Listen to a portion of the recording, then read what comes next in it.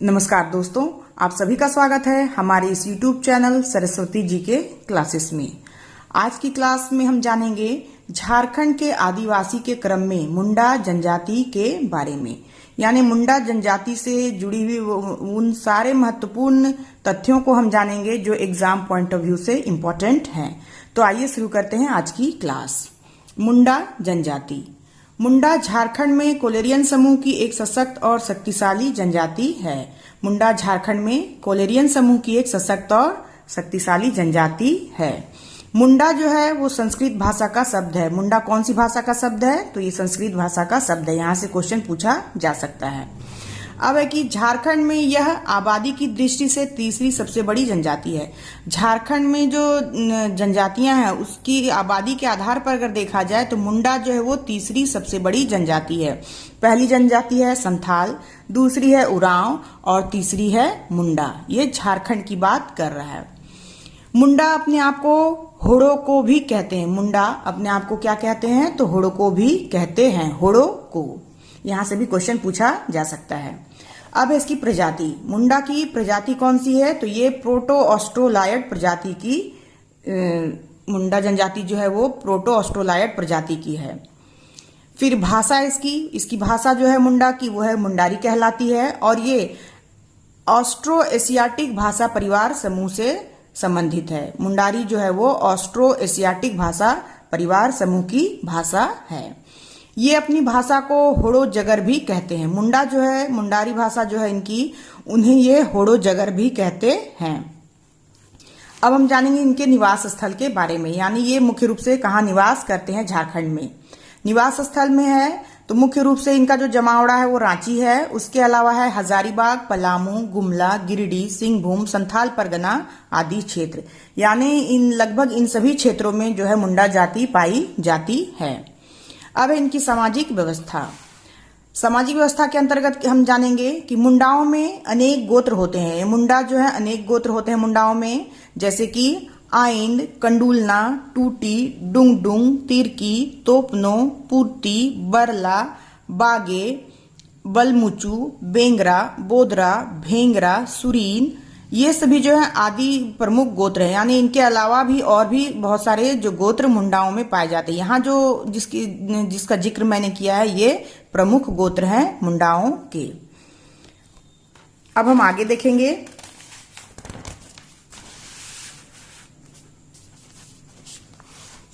अब क्या है कि मुंडा अपने गोत्र तो उनके हैं ही, साथ ही जब हिंदुओं के संपर्क में ये आए तो मुंडाओं में सामाजिक स्तरण भी विकसित हुआ। यानी इनका जो स्तरण है वो विकसित हुआ किनके संपर्क में आने पर? हिंदुओं के संपर्क में आने पर इनका सामाजिक जो स्तर था वो विकसित हुआ। सामाजिक स्तरण की दृष्टि से मुंडा समाज जो है वो ठाकुर, मानकी, मुंडा, बाबू भंडारी एवं पातर में विभाजित हुआ है।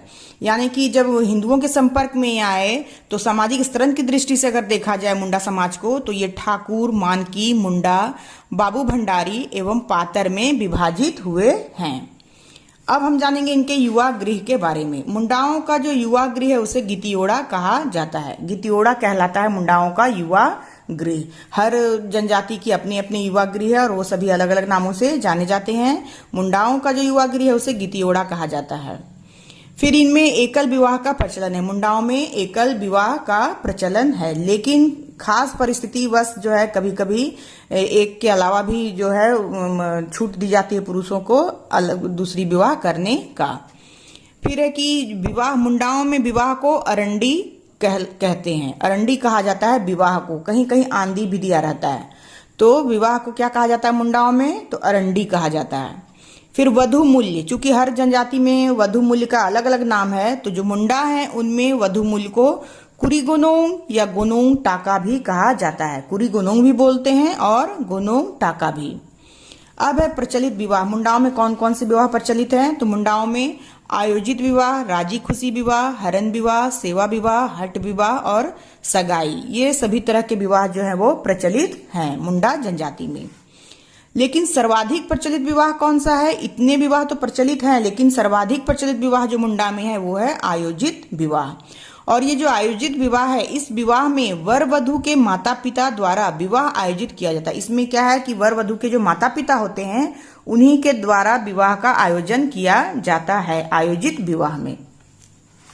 अब राजी खुशी विवाह कैसा विवाह होता है? तो जो राजी खुशी विवाह है उसमें वर और वधु की इच्छा सर्वोपरि होती है, यानी जब तक वर और वधु की इच्छा नहीं होगी तब तक विवाह नहीं होगा। और इस तरह का जो विवाह होता है जिसमें वर और वधु की इच्छा होती है तो उसे राजी खुशी विवाह कहा जाता है। उसके बाद आता है हरण विवाह। ये हरण विवाह कैसा विवाह है?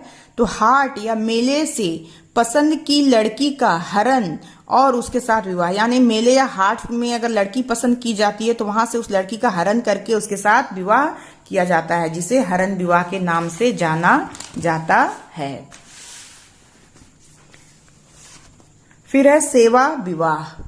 सेवा विवाह क्या है? तो वर जो है, सेवा विवाह में जो वर होता है वो अपने स्वसुर यानी ससुर के घर रहकर सेवा द्वारा वधु मूल्य चुकाता है, यानी कि जो वर है उसे वधु मूल्य चुकाने के लिए शादी के पहले से ही अपने ससुर के घर रह के उनकी सेवा करनी होती है। और इस तरह से जो विवाह किया जाता है उसे सेवा विवाह कहा जाता है। उसके बाद आता है हठ विवाह।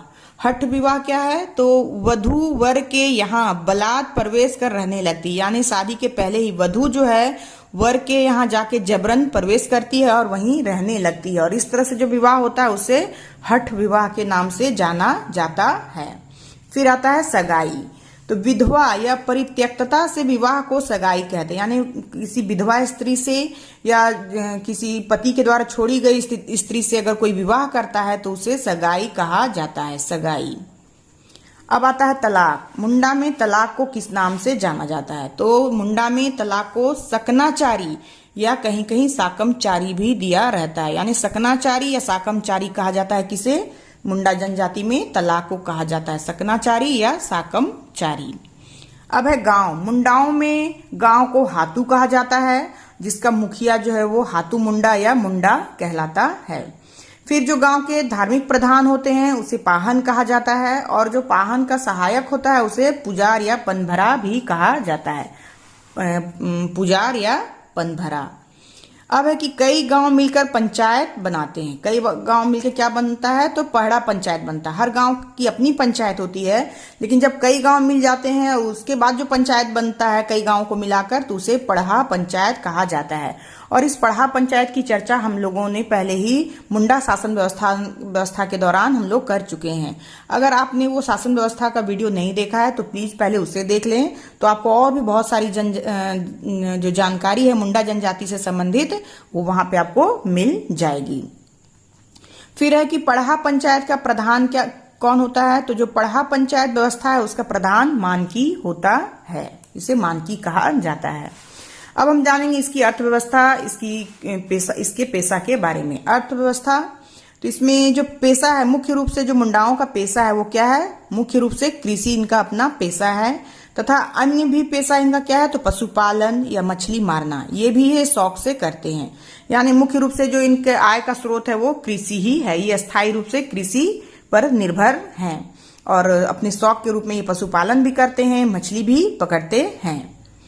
अब है कि रान या राणु एवं हड़िया क्रमशः तुलसी जल एवं गंगा जल के समान होता है। मुंडाओं में रान या किसी किसी बुक में रानू भी लिखा होता है, तो रान या रानू जो होता है वो और साथ में हड़िया, ये जो पेय पदार्थ हैं क्रमशः तुलसी जल एवं गंगा जल के समान होता है। एग्जाम में यहाँ से क्वेश्चन पूछा जा सकता है कि मुंडाओं में किसे तुलसी जल के समान और गंगा जल के समान माना जाता है? तो जो रान या रानू है उसे तुलसी जल के समान और जो हड़िया है उसे गंगा जल के समान माना जाता है। और जो जितने भी अनुष्ठान इनके जनजाति में, मुंडा जनजाति में होती है, उन सभी अनुष्ठानों में इसका प्रसाद के रूप में सेवन किया जाता है, रान का और हड़िया का। सभी अनुष्ठानों में इसका उपयोग होता है और प्रसाद के रूप में इसे ग्रहण किया जाता है पुरुषों के द्वारा, रान और हड़िया का। जो रान जो है वो तुलसी जल, हड़िया जो है वो गंगा जल के समान माना जाता है। यहाँ से क्वेश्चन बनते हैं, बहुत ही इंपॉर्टेंट है। फिर धर्म इनका जो है वो, तो धर्म के बारे में जानेंगे। तो सर्व प्रमुख देवता जो है इनके मुंडाओं के जो सर्व प्रमुख देवता हैं वो है सिंह बोंगा।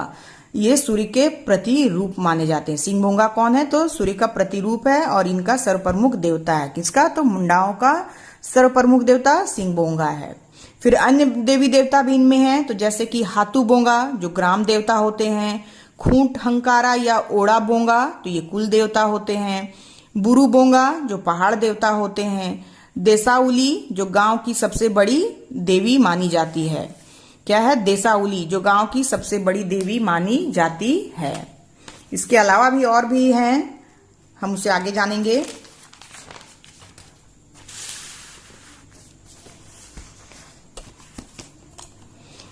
इकीर बोंगा जो है वो जल देवता हैं। तो इस तरह से इतने सारे देवी देवताओं की ये पूजा पाठ किया करते हैं।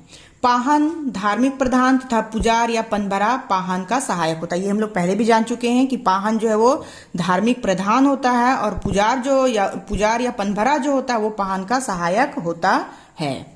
फिर है कि झाड़ फूंक करने वाले को देवड़ा कहा जाता है। यहां से भी क्वेश्चन बन सकता है कि देवड़ा कौन होता है? तो झाड़ फूंक करने वाले को देवड़ा कहा जाता है। फिर मुंडा जो है वो टोटेम यानी इष्ट चिन्ह की भी पूजा करते हैं। मुंडा जो है वो टोटेम और यानी कि प्रतीक चिन्ह की भी पूजा करते हैं। पाहन को लगान मुक्त भूमि दी जाती है जिसे डाली कटारी भूमि कहते हैं। यहां से भी क्वेश्चन बन सकता है कि डाली कटारी भूमि क्या होता है? तो पाहन को लगान मुक्त जो भूमि दी जाती है उसे डाली कटारी भूमि कहते हैं।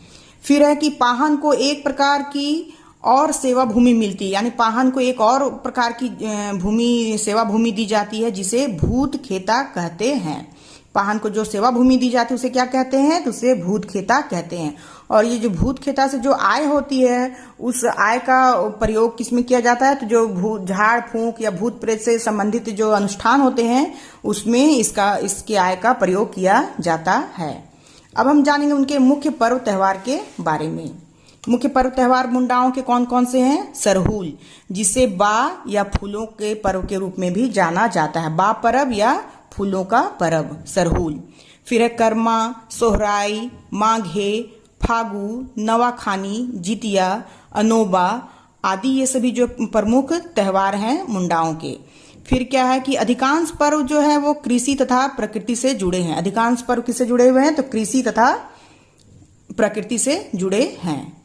इसके अलावा भी फागु पर्व के समय सामूहिक शिकार का आयोजन किया जाता है। फागु पर्व के समय सामूहिक शिकार करते हैं मुंडा लोग। साथ ही धान रोपनी के समय रोवा पुना पर्व मनाया जाता है। जब धान रोपनी का समय होता है उसमें रोवा पुना नाम का पर्व मनाया जाता है। इसके अलावा है नया अनाज घर आने पर जोम नवा पर्व मनाया जाता है। नया अनाज जब घर आता है तो उस समय जोम नवा पर्व मनाया जाता है।